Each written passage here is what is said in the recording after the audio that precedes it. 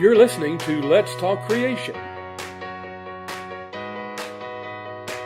All right, welcome back to another episode of Let's Talk Creation with Todd and Paul. I am Todd Wood. And I'm Paul Gollmer. And Paul, I don't know that I wished you a Happy New Year last episode, but Happy New Year. We made it to 2023 finally. We have, and Happy New Year to you as well. Yeah, thank you, thank you. Yeah. Well, I don't know if you know this, but if we don't count the mini episode we did on Homo Naledi, this is the 50th episode of Let's Talk Creation. I'm still sort of flabbergasted that we've actually come up with 50 hours of stuff to talk about, and people seem to want to hear it. So yeah, it's kind of remarkable. It's a milestone. Yeah, 50 milestone. episodes. Yeah, it's great. Yeah. So we thought for this milestone episode that we should have another very special episode. We're not going to go 2.5 hours again like we did with Jurassic World, but we do have we do have several special guests here, and we're going to be talking about the International Conference on Creationism, which is coming up this summer in July. So it's actually, as far as creationist research goes, it's a pretty big deal. And we really wanted to take some time and make sort of a special show of it and celebrate the upcoming ICC and make sure that we encourage people to come on out and check it out. So that's our subject for today. Let's introduce our guests. So with us, we have Bob Walsh. Bob was involved with the Creation Science Fellowship for many years, the Creation Science Fellowship in Pittsburgh. They're the ones who basically sort of ran the show for, 8 ICCs, I think. Is that right, Bob? Did you do 8? That's correct, yes. Yeah. Well, welcome to the show. Thank you. It's good to be here. Yeah. And then we have this year's editors, two folks from Cedarville University, where the 2023 conference will be, Dr. John Whitmore and Dr. Steve Gollmer. And John is the main editor. He was the editor for the last ICC too, as I recall. Somehow we managed to get him back. Somehow. The ICC is a lot of work and it tends to burn people out, but so we're kind of grateful that you've come back. So welcome to the show, guys. Thank you. All right, well, let's get started here. And I thought maybe it would be good for us to talk about what is this thing and what's it about and what's it like to participate in. And Paul, could you maybe, give us a rundown on what the technical science conference is like, or a technical scholars conference is like, because that's what ICC is. Yeah. So basically, the International Conference on Creationism, and I've been attending. I haven't attended all of them, but I've been there since '94. I've missed one or two, along the way. But it is a very big creation conference. It's taken place every 4 to 5 years since 1986. The last one was held in 2018, and this year's is going to be the 9th conference, the 9th International Conference on Creationism. As you say, it's a technical conference where creation scientists can share their research and network with other creation scientists and other scholars. So it's not the kind of creation conference that takes place at your church. These are kind of high level talks with lots of technical details. It's a peer reviewed conference. So all of the papers that get accepted for presentation at the conference have gone through a system of critical review by other experts in those disciplines. In fact, there's more than one round of review. You kind of have to go over several different hurdles before your paper finally gets accepted.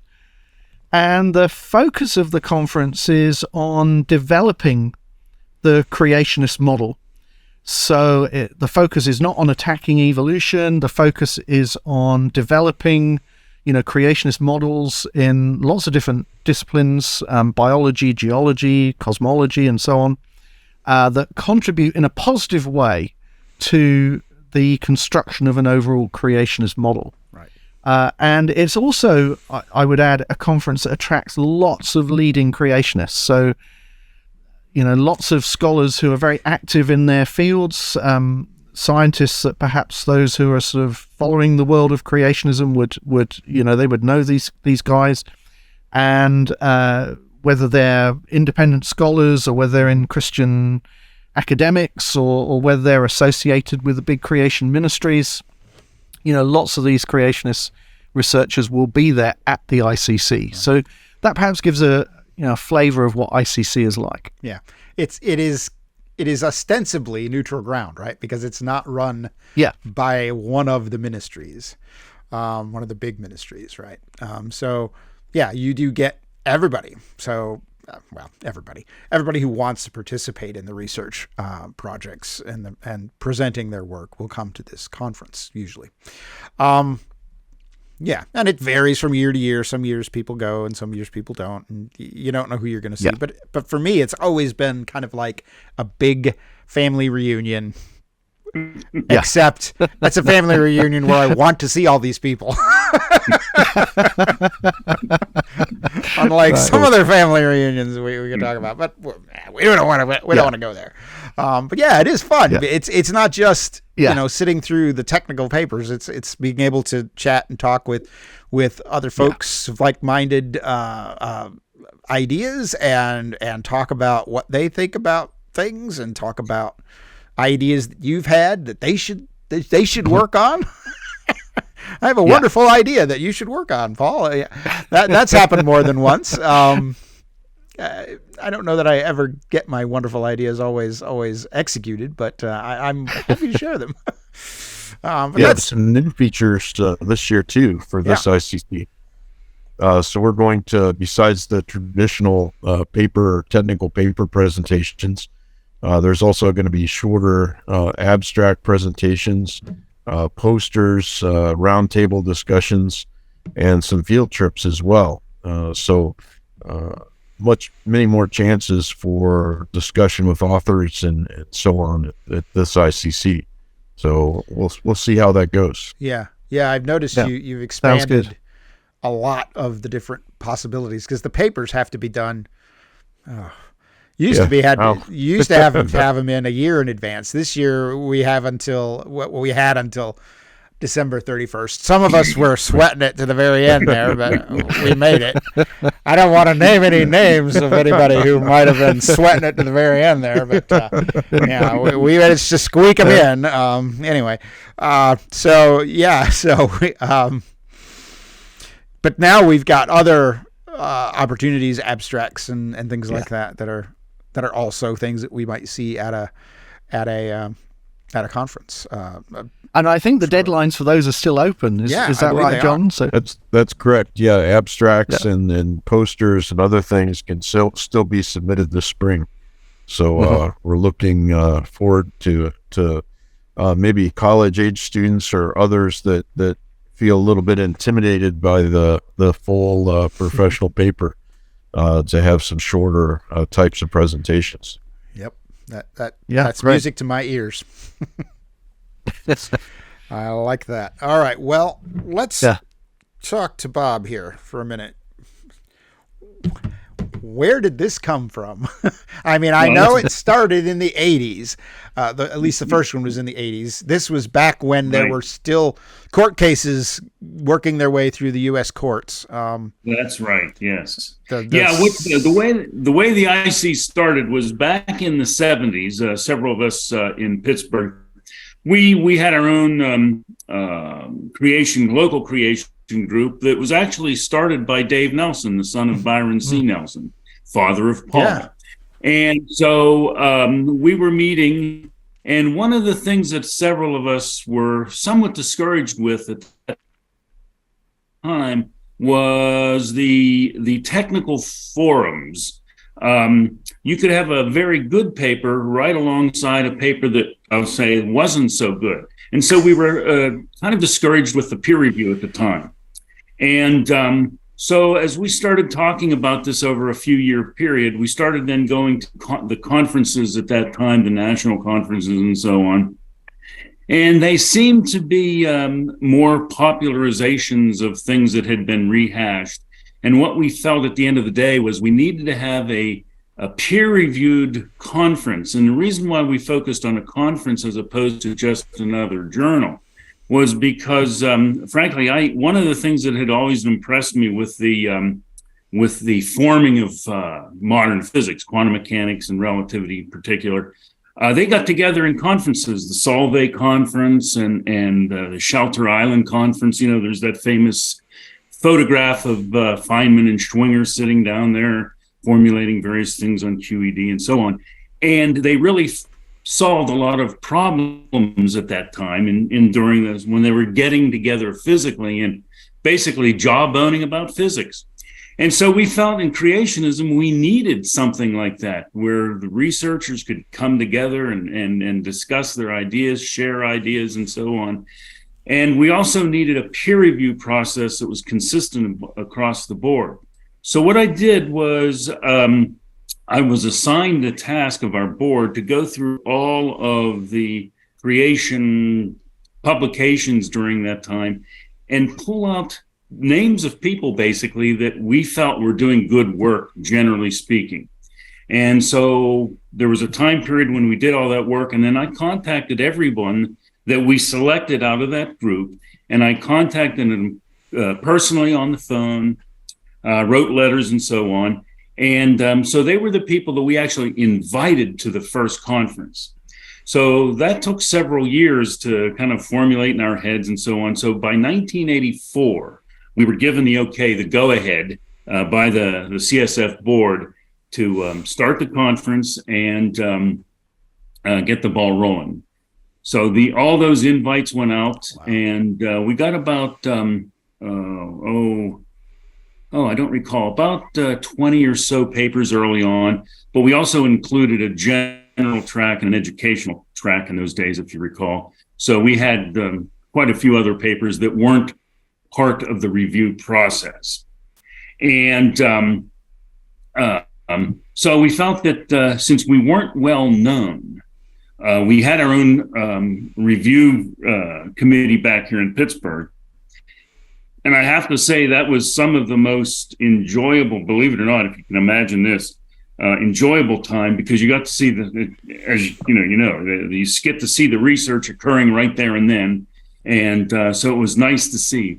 But what we did was we had, for the first two conferences, we had this author closure idea where the author would produce his paper, it would be published in the proceedings, and then we would send out the paper to various experts in the field. And in those days, we didn't care whether they were creationists or evolutionists. We would send them to everyone. In fact, I had mentioned this to Kurt Wise years ago, and he's because we sent several papers to Stephen Jay Gould. And of course, we never received anything back from him, but Kurt definitely said you can guarantee he kept them in his file. And so that was nice. Actually, we've gotten over the years a lot of people saying, can you bring that back? They like this idea of, the discussion that they hadn't seen at the conference yet. And then they would be given an opportunity in print after the conference to give a more coherent reply. So we did that for the first two conferences, and then we felt like we had the publicity and we had the power still back here in Pittsburgh that we could have our own peer review, and we set up the infrastructure. What I did was I put together the peer review process as it sits or sat at the time that we gave it over to Cedarville. I guess we'll talk about that later. And there's been from what I understand, some wonderful additions to that, which is great. And so we invited up, the first thing we did was I had the review process reviewed by Steve Rodabaugh. I'm not sure if you guys know Steve very well, but Steve is America's leading fuzzy topologist. So he's very, very familiar with the academic tradition and way of doing things. So he reviewed the peer review process, made some modifications and so on. And then we invited Kurt Wise up to Pittsburgh to give a talk. And we presented this to him. He gave us his nihil obstat with a few modifications. And I was told, and I found out actually from Steve Austin, that Kurt said, you guys have to be invited to Pittsburgh because they will treat you to a mesquite smoked filet mignon meal. So that was his learning experience. Nice. So that was the beginnings of the peer review process that we laid forth, and it's published in the Technical Review Committee Manual. But one of the interesting things about that was Dwayne Gish came to me, probably back in 91 or so. He said, Bob, this is the first time creation research had been categorized. How we have the areas and sub areas and so on. So that was the first time creation research was classified at that level. And I thought, well, that's something that we had, done, but it wasn't something we felt was very remarkable at the time. So, but I think that's definitely been a help. So, and then we've had, then what we did was we went, because Pittsburgh, the local group, we started losing our database of people, so to speak. So we farmed out the technical peer review process. And so we would ascertain a chief editor, a main editor, and then he would establish his own staff, and they would review the papers based on the technical review process that we had in place. And for the most part, I think that has gone very well. Yeah. So this is the first ICC that will not be held somewhere in the Pittsburgh area. Right, that is correct. Yes. My first ICC was 98 at Geneva College, which is up a bit far out from Pittsburgh, and then we moved back into the city at the Holiday Inn there. And why is it moving? Why is it going to Cedarville? What was the rationale behind that? Well, we realized in Pittsburgh, the demographics of Pittsburgh had changed. The interest in the issue wasn't as great, and we just didn't have the people to manage the conference, both in the technical areas and the commercial areas and the coordination areas. So we started looking for people, candidates for such a thing. And we wanted to focus, and I'm glad you mentioned this early on, Todd, because we wanted to focus on academic institutions. We did not want to give the ICC over to ministries. Not that they're bad, but they do have their own agendas. Mm-hmm. And we felt that since the ICC is really an academic venture, that we wanted to give it to an academic institution. And there were several candidates, and we talked to them all. And I spent a lot of time with John talking about the goals and what our vision was, and he seemed to he agreed with what our vision was and had some really great ideas for the future. And what I think impressed the board was the fact that we kind of think alike on the peer review aspects of things. And so it was decided to go with Cedarville and offer that to Cedarville, and that took place, I believe, in 2001. The formal handover. So was it 2000? Was it 21? 21. Yeah, I was going to say 21. It could be 2021. It was 20 years ago. Anyway, yeah, 2021. We knew what you meant. So now I've lost my train of thought here. So yeah, so I was going to say, I remember every time I've been to the ICC, you guys have an army of volunteers. It has been very well staffed and very well run in terms of knowing where to go, knowing what to do. There's a table there of registration, and they will always have answers to my questions. So I can understand at some point, yeah, as your pool of volunteers dwindles, it's becoming more problematic. Yeah.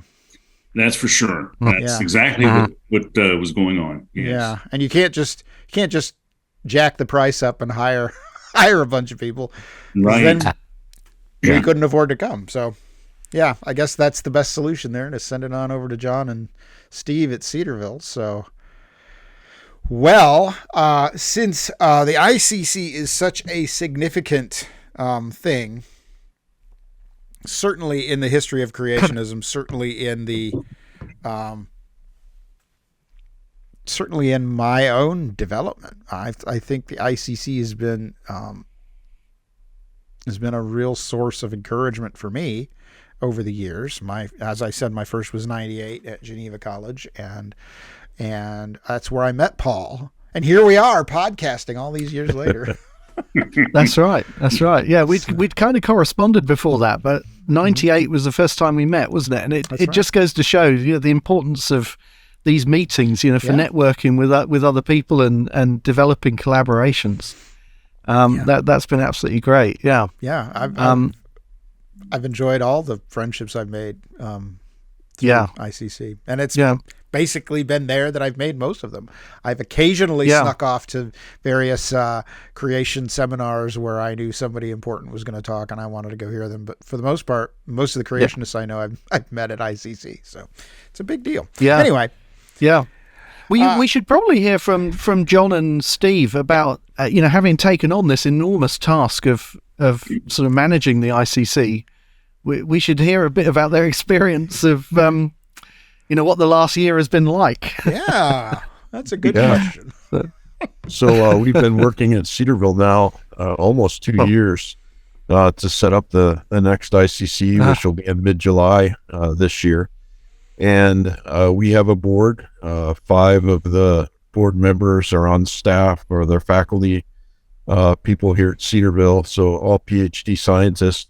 And then we have 2 outside people, also faculty members at other institutions on our board as well. So we wanted to have a board that has all academic people on it that are very familiar with presenting at academic conferences and stuff like that. So we wanted to up the academic aspect of ICC a little bit, or try to. So the conference will be held at Cedarville. We'll have the conference over at our main, one of our main buildings. There's a classroom over there, theater over there, dining hall over there, and then we'll have a lot of presentations and posters and some other things in another academic building right next to there as well. So we won't know exactly how many rooms we'll have until we get the number of submissions ironed out and so forth, but we have a lot of space here at Cedarville to do that.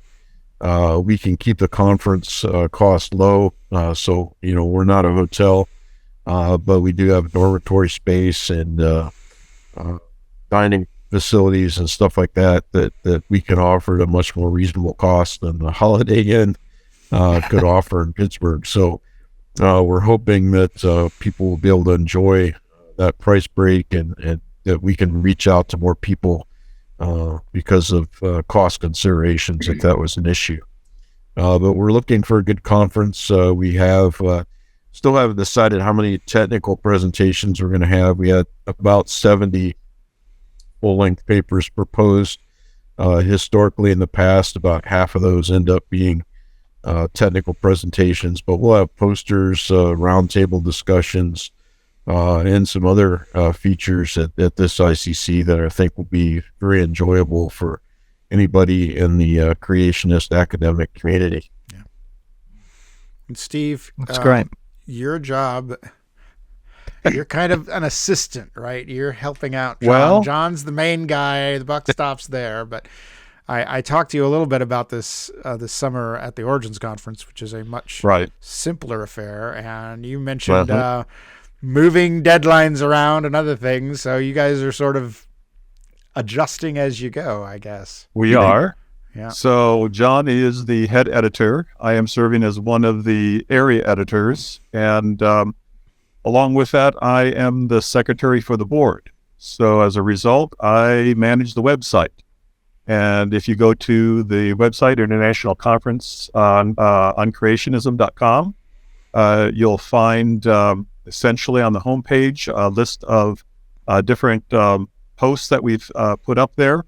We have a reflections tab in our menu. The reflections is our contributions from previous authors, where they highlight one of their papers that they had presented in a previous ICC, and essentially to explain the significance of that particular piece of work. Another tab is the proceedings, so you can access all of the previous proceedings of the ICC. They're all in PDF format, so no paywall.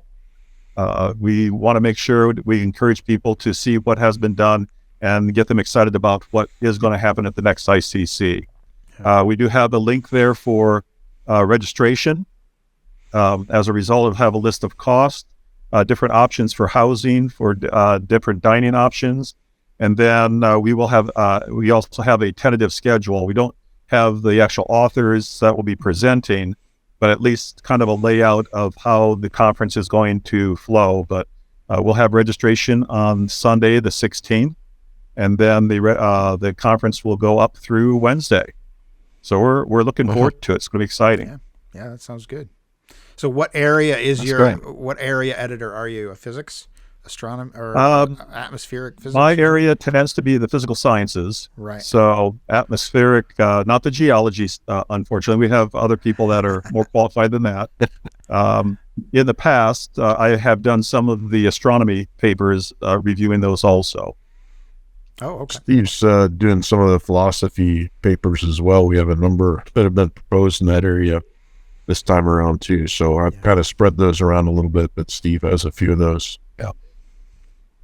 Yeah. So you mentioned that the papers are all now available free online. Paul, can you show us what did we used to get when we checked into ICC?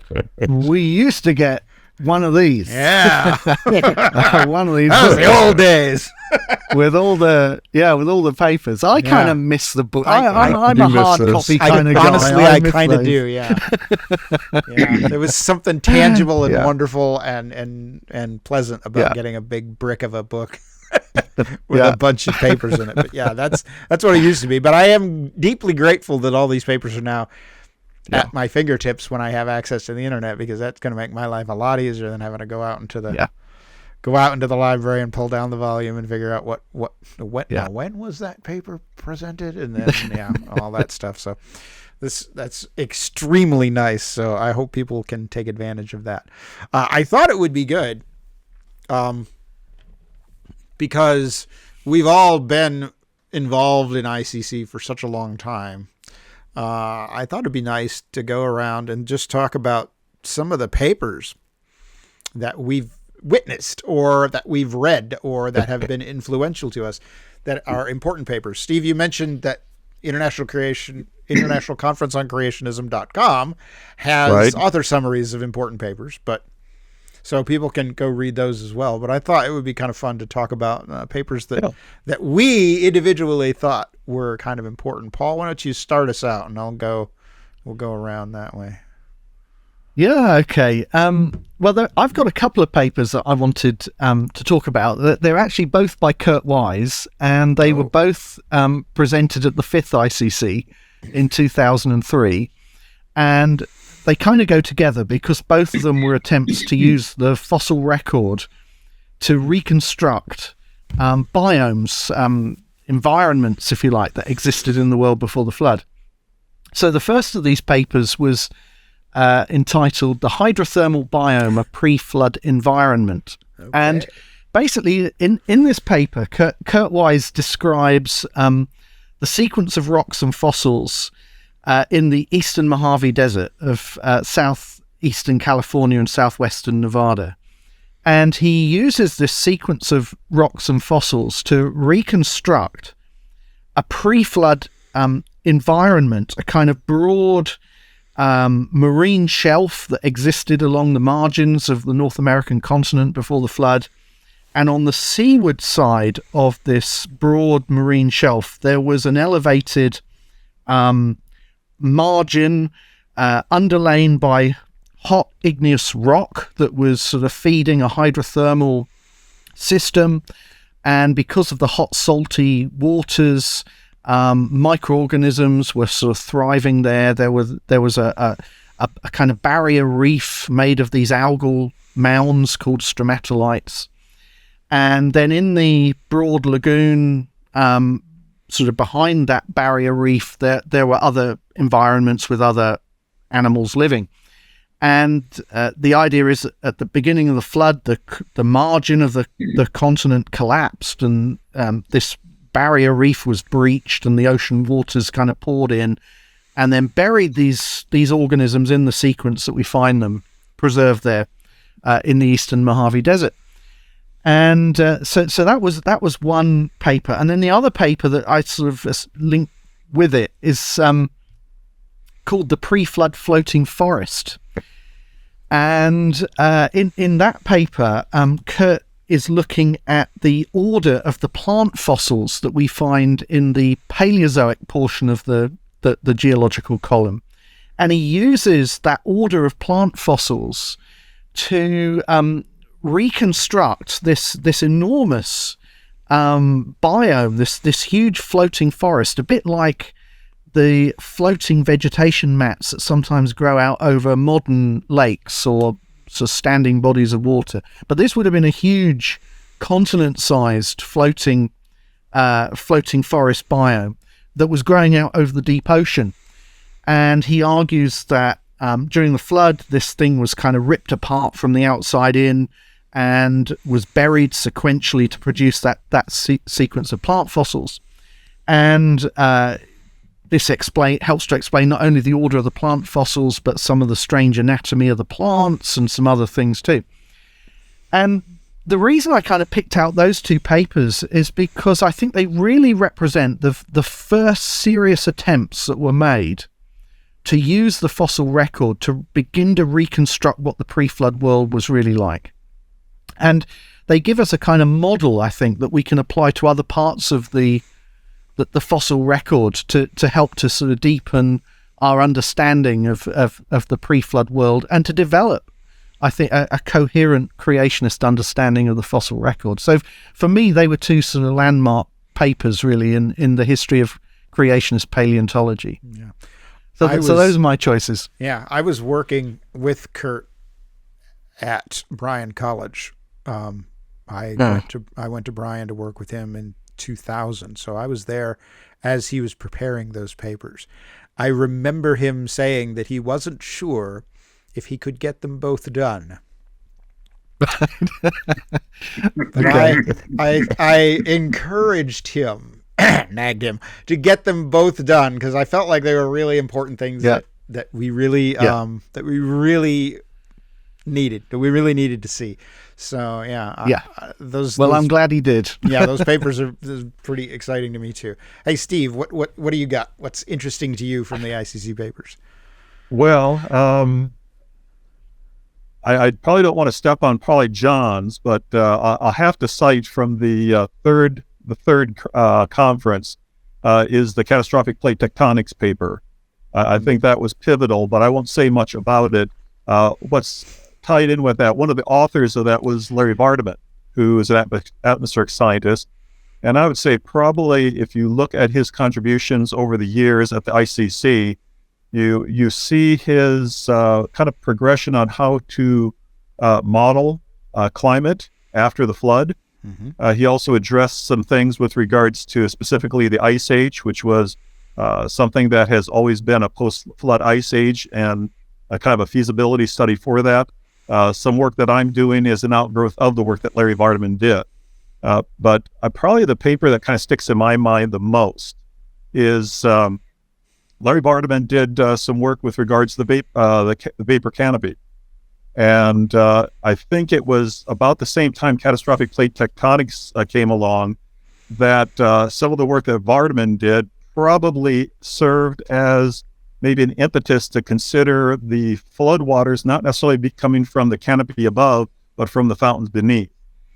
He found that if you do simulations of infrared radiation transfer through the atmosphere, about the best you can get is about 1 meter of precipitable water in the atmosphere without the surface of the earth overheating and making it uninhabitable. Oh. I mean, there are ways around that, and there's still people that hold to the canopy theory, but I would say that was probably the pivotal moment where young Earth creationism as a whole has somewhat minimized the significance of the canopy towards the fountains of the deep. Yeah.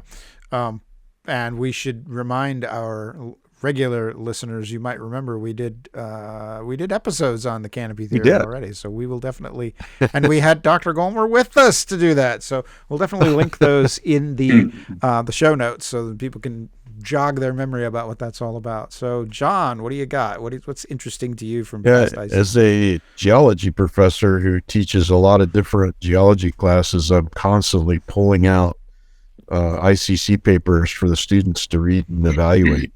And and I mean, some of the papers are older, some of the papers are newer, but Andrew Snelling in particular has produced so many fine papers dealing with radioactivity, how fast igneous bodies can cool, his work on radio halos, the entire a lot of the ICR staff published ICC papers when they were doing the rate project. And so a lot of pieces of the rate project ended up there, just an amazing batch of papers.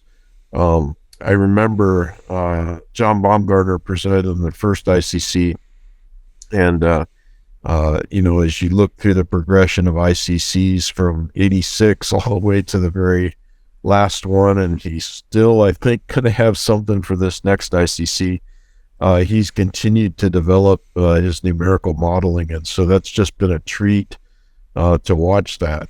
I remember I presented my very first scientific paper at the 1990 ICC, and I remember distinctly who was in the audience. There were 4 people, because everybody else was watching John Baumgartner present.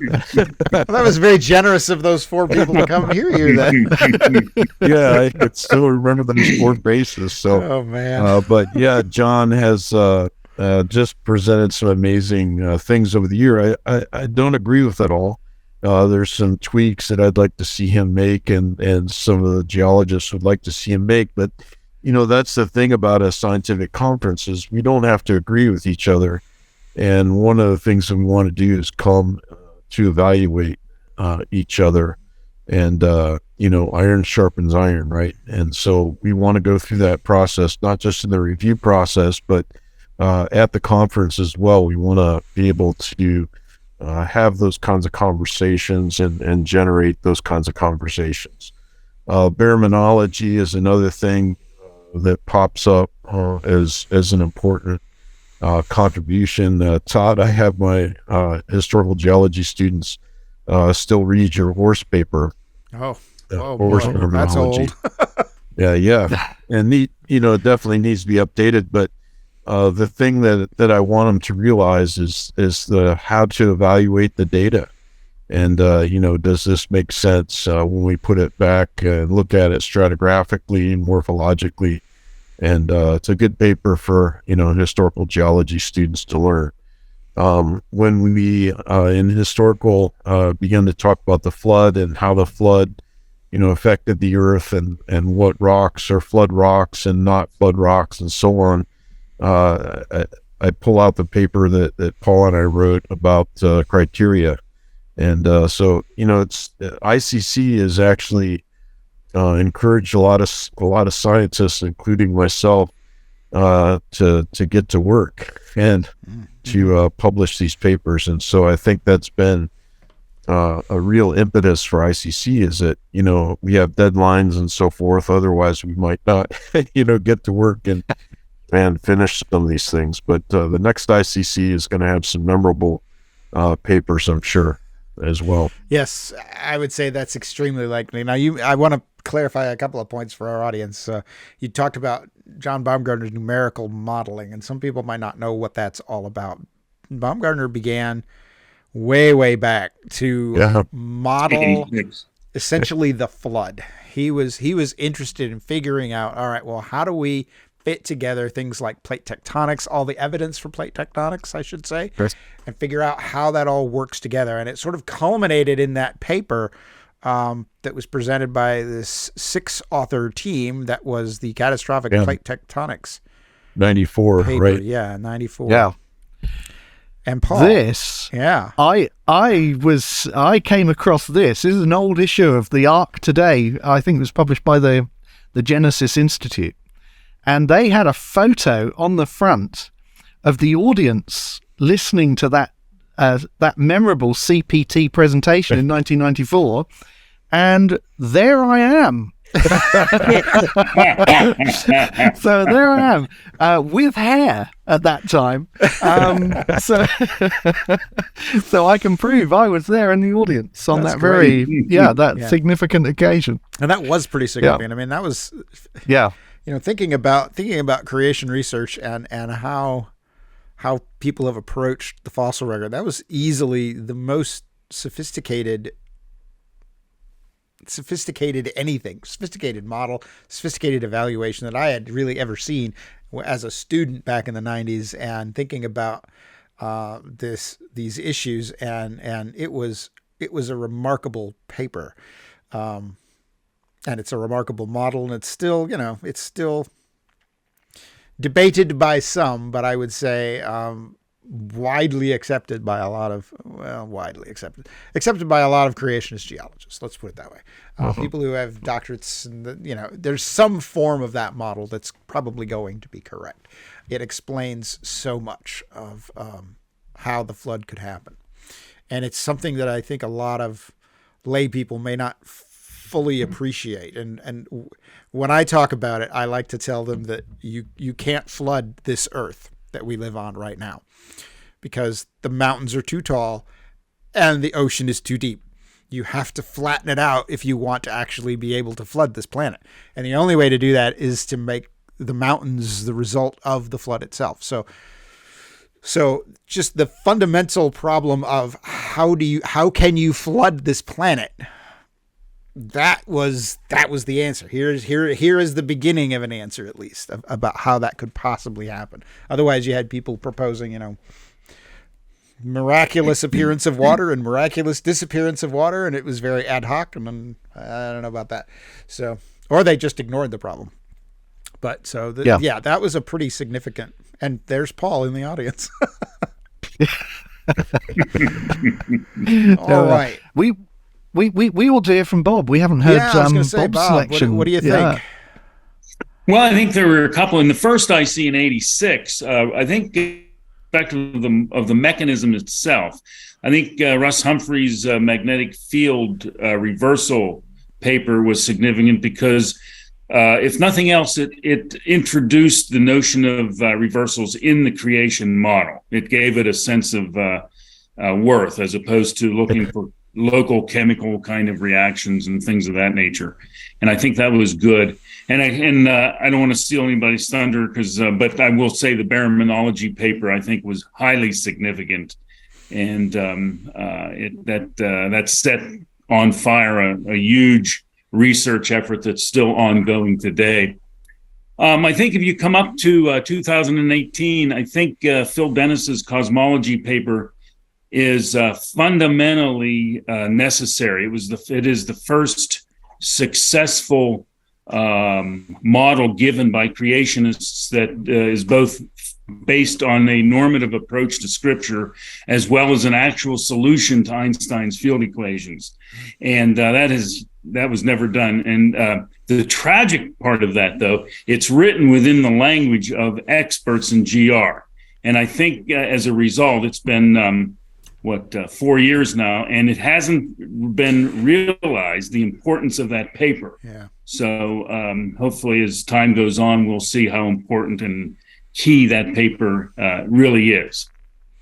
Yeah. So they're some of my favorites. There's some others too that I think one of the things that we've been talking a lot of geology and biology, but there's really been a significant number of papers dealing with starlight and time and those kinds of issues over the years as well. And that's some of Robert's comments were along those lines, but just some really impressive papers. I can't even pretend to understand some of the math and physics and some of those things. And I sat in through a lot of those presentations, but I think just some great ideas. I think it's really significant. There's just so many good ideas that we can't pick which one's right. Yeah. And so, for people to say there's no solution, well, looks like there may be several solutions, several good solutions. Only one can be correct, or, maybe we haven't found the one that's correct yet. But I think some significant progress has been made in that area over the years at ICC. Yeah. People, this is our 50th episode, and people have been regularly requesting that we do more astronomy stuff. And Paul and I look at each other and say, "You know anything about astronomy?" No, I don't know anything about it. So we're at a little bit of a disadvantage there, a lot of bit of a disadvantage. You guys should have Danny on the program and let him talk. So, we've Bob, we've recently had Robert Hill, and yes, that right. was good. So that was very good. Yeah. So, Bob, Yeah. what you were saying about the Phil Dennis's paper being steeped in the language of general relativity, I don't understand any of it. I'm glad you think it's cool, but I don't know what it means. Oh, well. I think in many ways the cosmology area is probably our weakest area right now. I mean, we're back where we were in geology and biology back in the early 70s with cosmology, and so I think we need to encourage the young graduate students to really pump up in that area, because that's the one area of physics. You have a PhD in physics, but that a cosmologist does not make you a cosmologist. Because of this very reason, you really have to be given over to differential geometry and GR, know it thoroughly, and so on. And so it's a very rigorous specialty that one has to go through. Yeah, definitely. And so it's good we brought up astronomy. I'm going to go back. For my own significant papers, obviously, I'm going to circle back to baraminology. 1990 ICC, 2 papers, one from Walt Remine on discontinuity systematics, and one from Kurt Wise called baraminology. And the name baraminology comes from the Hebrew terms for created kind, bara and mean. They were that word baraman was coined by a creationist biologist in the 40s, and he basically said the way we're going to identify created kinds is by hybridization. If 2 members of 2 different species can cross and produce viable offspring, then they are members of the same created kind. And, think about a mule, right? A mule is a cross between a donkey and a horse. And you can find zonkies, zebra-donkey crosses, and you can find zorses, which are zebra-horse crosses. And basically all the species of horse will cross with each other, which is nice, right? So you think, okay, well, all the horses are members of a single created kind. The drawback to that, of course, is that, well, there's all of these really cool things in the fossil record that I would like to know about, but they're dead. Fossils made. We're not gonna get any offspring from them. So that was sort of start of the impetus that sort of led to discontinuity systematics and baraminology, was just to think about how can we broaden our approach here so that we're not stuck with just one technique that only applies to certain groups of creatures. And it would be really nice if we could talk about things in the fossil record. And so, those 2 papers obviously had something of an impact on me. If you don't know, that's been my focus of my career for 20 some years. And Bob, you were mentioning the explosion of research in that. Yeah, a lot of that was stuff I've been doing or encouraging, and so it was a pretty significant thing, and those papers were very influential in my life personally. Just the shape and the course of my career was sort of set by those. Well, we're going to wind up here. John, remind us again, where are we going to find tickets to the ICC? You can go to a website, International Conference on Creationism.com, and you can find everything you need. If you'd like to submit abstract or a poster this spring or a roundtable discussion, you can still submit those kinds of things. You can find registration materials, ticket prices, all of those kinds of things, housing and stuff like that on the website. Right. So one-stop shopping there. Excellent. And the cost is going to be dependent on what kind of meal plan you get, what kind of housing you want, what kind of... That's right. Yeah, that's right. You don't have to stay... Yeah, you don't have to stay in the dorms. You can stay at one of the hotels in the area, but the dormitory housing will be significantly less than a hotel room for sure. So, yeah. Sure. All right, great. And we should remind people of the date as well. Yes. I don't know that we've actually mentioned that, but it is 16th to the 19th of July. Mid-July. 16th to the 19th of July. So that's the date to get in your diaries, everybody. Yes, Cedarville University. It's in the southwest part of Ohio. People are flying in. They could fly into Dayton or Columbus, Ohio, or the two closest airports. Cincinnati's just about an hour and a half away as well. But Dayton and Columbus are the two airports that are closest. And we are proud of our community here at Cedarville. I think you'll enjoy the campus, and it's well cared for, and we're excited to have everybody at the conference. Yeah. Well, I know I'll be there. Yeah. I squeaked in my papers, so I better show up after all that work. Paul, are you coming over? Well, I'm certainly hoping to be there. I'm working on a couple of things for ICC. One of them is a study that I'm actually doing with a couple of students at Cedarville, and there's another paper also that I'm working on. And so I'm intending to be there if I can possibly. Excellent. If Lord I can possibly willing, be there, right? I will. Yeah, sounds good. All right, Bob, you coming? Absolutely. Yeah, we would miss it for the world. I don't have to do anything. It's great. Oh, that's the best part, right? We need to come up with something for you, Bob.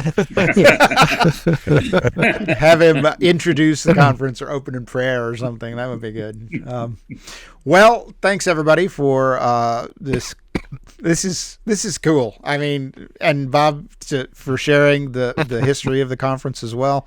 This is a really, I think, frankly, it's an important historical record as well, not just a fun podcast. So, and I hope that folks listening, if you're thinking this sounds really too technical for me, this sounds like more something that students would be interested in. What a great idea! Why don't you encourage students that you know to participate and reach out to one of us? You know, as we said, there's still time to think about little projects that could be done and submitted as abstracts or posters. That's possible as well. We've got lots of ideas. Todd, one of the things I tell my students is that, you know, a lot of our creation scientists that we've had at past ICCs are getting older, and we aren't going to have those people around for very much longer. And what a great opportunity to sit down and have a meal or have some coffee with some of these guys, get to know them. I tell my students that you want these guys to know your name. And, you know, what a great opportunity to sit down and just talk and fellowship with them. So, yeah, it is a great opportunity. Absolutely. Even if you're not presenting, it's a great opportunity. And yes, we are getting old. When I got married, my beard was bright red, and now it causes me to look all bleached and ghostly on camera here. It's terrible. Anyway. All right. Well, thanks everybody for joining us. This has been a great episode. I really enjoyed it, and we do definitely want to encourage everybody listening to look up International Conference on Creationism.com. Check out the tickets and all the different options that are available, and maybe consider submitting something if you have some small project that you can whip together in the next couple of months. We do also want to remind you, the podcast homepage is coursci.org/podcast. You will also there find not just links to episodes, but show notes are all archived there as well. And if you want to reach out to us by email, you can do that podcast@coursci.org. Also, we're on all the major social media platforms, so you'll find us on Facebook and Instagram and whatever's left of Twitter. And then, so Paul, tell us a little bit about Biblical Creation Trust, co-sponsor of the podcast. Yeah, if you want to find out about us, our website is biblicalcreationtrust.org. We're also on social media, and we do appreciate the support of everyone who watches the podcast, and we'd encourage you to make a donation if you enjoy the content that we're producing, and you can do that by going to our website. There's a donate button on the homepage. Just click on that donate button. It will take you to all of the options, and we really do appreciate it. Yep. And we do definitely appreciate that. And Core Academy of Science, my organization is coresci.org/connect. There you'll find links to important content that we want you to check out, learn about what we're doing, as well as learn about the podcast. We are also on all the social media platforms as well. And if you'd like to make a contribution, again, to support the work that we're doing here on the podcast, go ahead and do that by going to coresci.org/donate. And again, you'll find, like you will at Biblical Creation Trust, you'll find all those links to ways that you can support us online, become a monthly supporter, or send us a check in the mail.